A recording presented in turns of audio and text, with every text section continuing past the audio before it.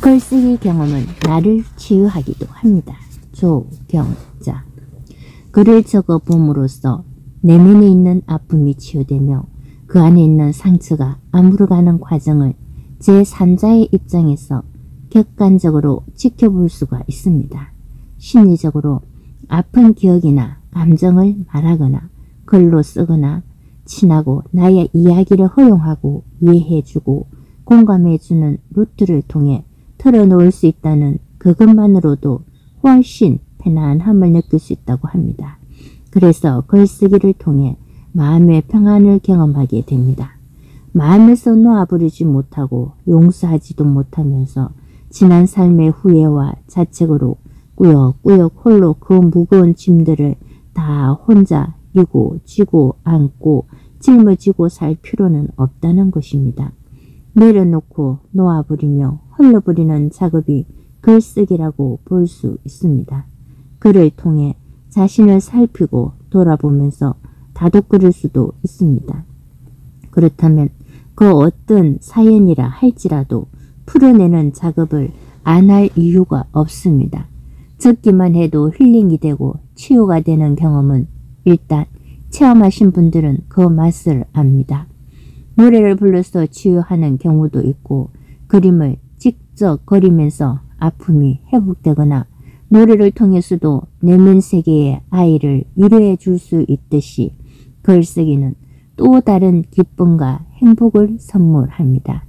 자신에게도 남에게도 힐링이 될 수 있다면 이보다 더 좋을 순 없겠지요.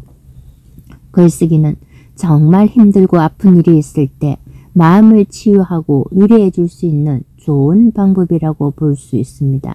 글쓰기를 통해 자신의 감정과 생각을 정리하고 표현을 할 수 있으니까요. 글을 쓰면서 스트레스를 풀거나 기분을 전환하는 좋은 기회가 되기도 합니다. 답답하고 뭔가 누르는 더부룩하고 소화도 안 되는 것 같고 은근한 스트레스가 원인 모를 두통이나 시련과 아픔이든 괴로움이든 한참을 써내려가는 중에도 그것을 받아들이는 마음이 용서하고 이해하는, 그러면서 그때는 그럴 수밖에 없었다는 것도 헤아릴 수도 있게 됩니다. 그리고 여유가 생기면서 견딜 힘이 생깁니다. 자기 용서와 자기 수용이 가늠하기에 살아낼 힘과 용기가 생기는 것입니다. 자기 사랑이 허용됩니다. 사랑받아도 되고 축복받아도 되는 멋진 삶을 내가 나에게 주는 선물이기도 합니다. 초등학생 때부터 성인이 되기까지 꾸준하게 글을 적어 오신 분들은 대화하다 보면 마음에 엉어리진 것이 없다고나 할까요?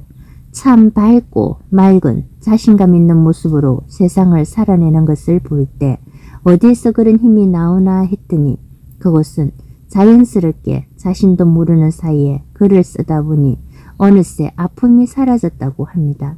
본인도 참 신기하다고 하면서 역시 글쓰기를 잘했다고 천만다행이었다고 합니다.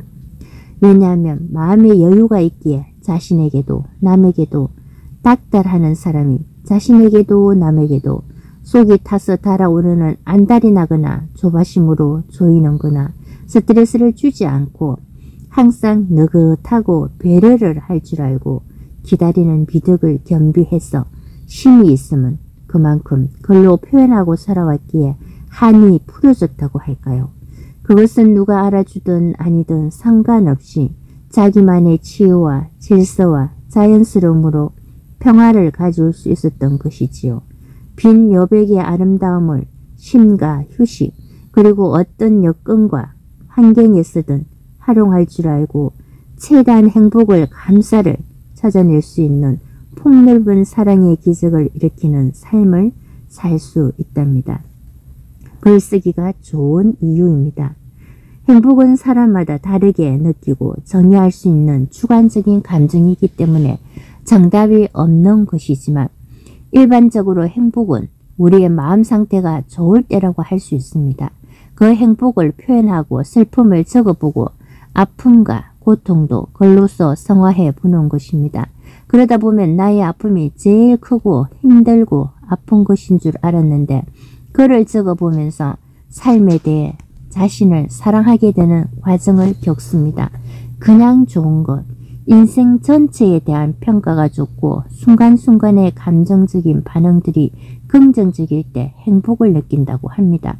그렇다면 모든 상황과 여건은 그대로 있다고 할지라도 마음가짐에 따라서 다르게 보일 수가 있음을, 모든 감정은 가만히 멈추어 있지 않고 시간이 지남에 따라 자연스럽게 이 또한 지나간다는, 자연스럽게 없어지기도 하는 것을 알 수 있습니다.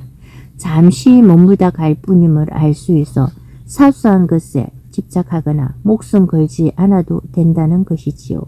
그래서 행복도 큰 것에 감동하기도 하지만 작고 사소한 것에도 진심으로 고마워할 줄 알고 감사하는, 진심이 통하기에 감사를 느끼고 표현하고 이마저도 글로 다 녹아내립니다.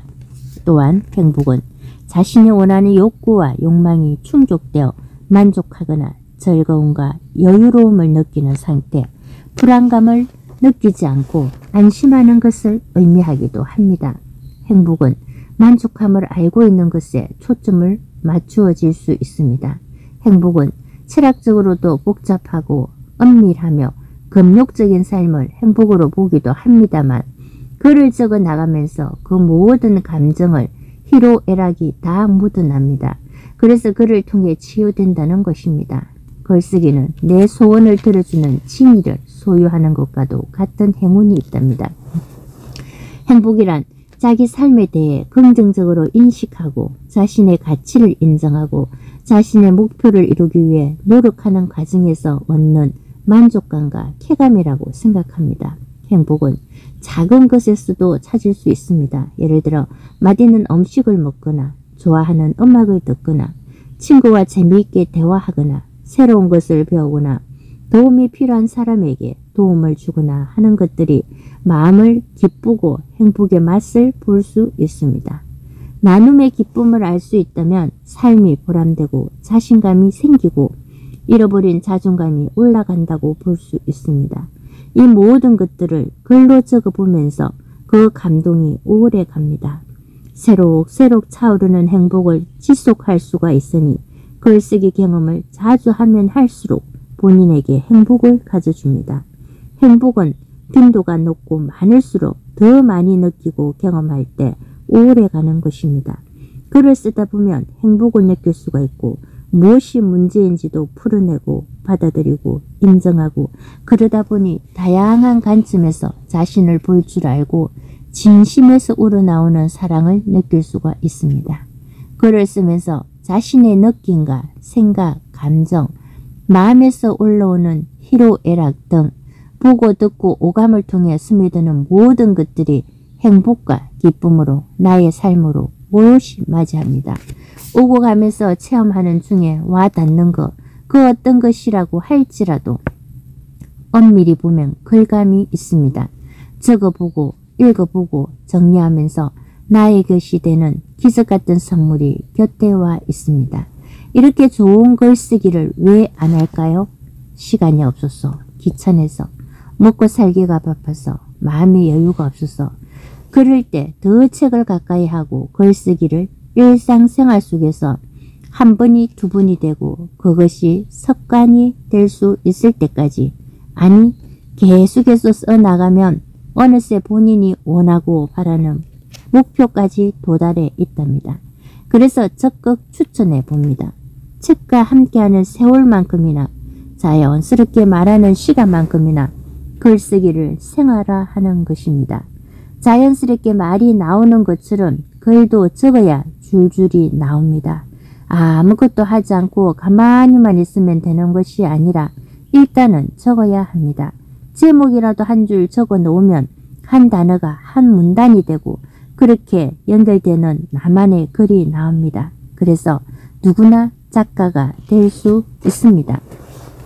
매일 스케줄을 적어 넣듯이 하루를 시작하기 전에 한 편의 글을 적어 봐야지 하고 시작해 보는 겁니다. 일하는 중간에 떠오르는 아이디어가 그때 메모해 놓지 않으면 생각나지 않는 경험해 보셨죠?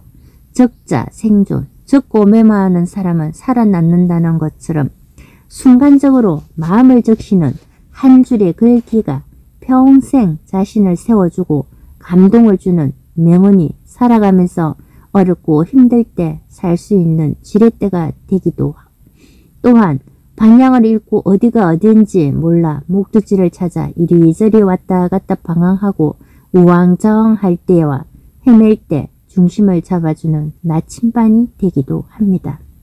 자신도 살고 타인을 살아가게 하는 힘을 줄 수가 있습니다. 단 보이기 위한 글, 남을 의식하는 글이 아니라 무슨 내가 하고 싶거나 듣고 싶은 걸, 나에게 들려주고 싶은 걸, 내 가족이나 이웃, 친구, 지인들에게 해주고 싶은 걸, 감동하였던 것, 새로운 깨달음의 글, 생활하면서 편리했던 것, 꿀 조언도 하나하나 꺼내 놓다 보면 한편의 시가 되고 시나리오가 되며 소설이 되기도 에세이가 되어 삶의 현장을 뜨겁게 달구기도 합니다.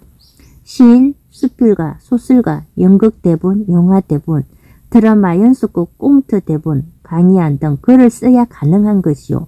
한 단어, 한 문장, 한 단락이 모여서 연결이 되고 그것이 감동되고 재미와 극복하고 이겨내는 주인공들의 심리도 따라 같이 가면서 독자들이 빠져들게 되고 힘을 주기도 받기도 하면서 신나게 한편이 한 사람의 미래를 살릴 수도 수많은 사람을 살릴 수도 있습니다. 언제 적으면 좋을까요? 일정한 시간을 정해서 적어 나가는 것도 좋고요. 순간순간 떠오를 때마다 적는 것도 좋고요. 일어나자마자 적는 것도 좋고 잠자리에 들기 전에 적는 것도 좋고 잠깐의 산책하고 적는 것도 좋고 사람마다 어떨 때 적고 싶은 마음이 동하는지 각자가 다르겠지만 꾸준히 적어오신 작가님에 의하면 자기만의 글쓰기 루틴을 만들어 놓으면 더 좋다고 합니다.